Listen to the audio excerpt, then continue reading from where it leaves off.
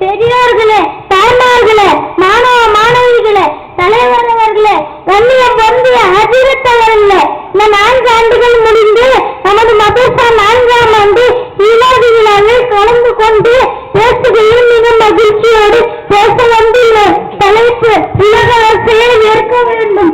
பெருமானார் ஸல்லல்லாஹு அவர்களிடம் புரிந்து வந்து, அல்லாஹ்வின் தூதரே, நான் எதனை செய்து வந்தால் அல்லாஹ்வும் அவனுடைய அடியார்களாகிய மனிதர்களும் நேசிப்பார்களோ அத்தகைய நல்லதொரு செய்தியை எனக்கு அறிவித்துக் கொடுங்கள் என்று கேட்டார்.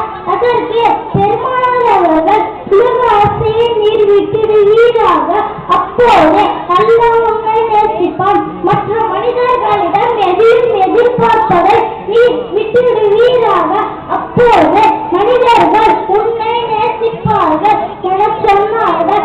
ஆகவே யாரிடத்திலும் தொட்டதற்கெல்லாம் உதவி உதவி என்று கேட்டுக்கொண்டு இருந்தோம் என்றால் அல்லாஹ் நமக்கு உதவி புரிய மாட்டான். அல்லாஹ்வை தொழுது அவனிடத்தில் உதவி தரக்கூடியவர்களாக அல்லாஹ் அருள் புரிவனாக.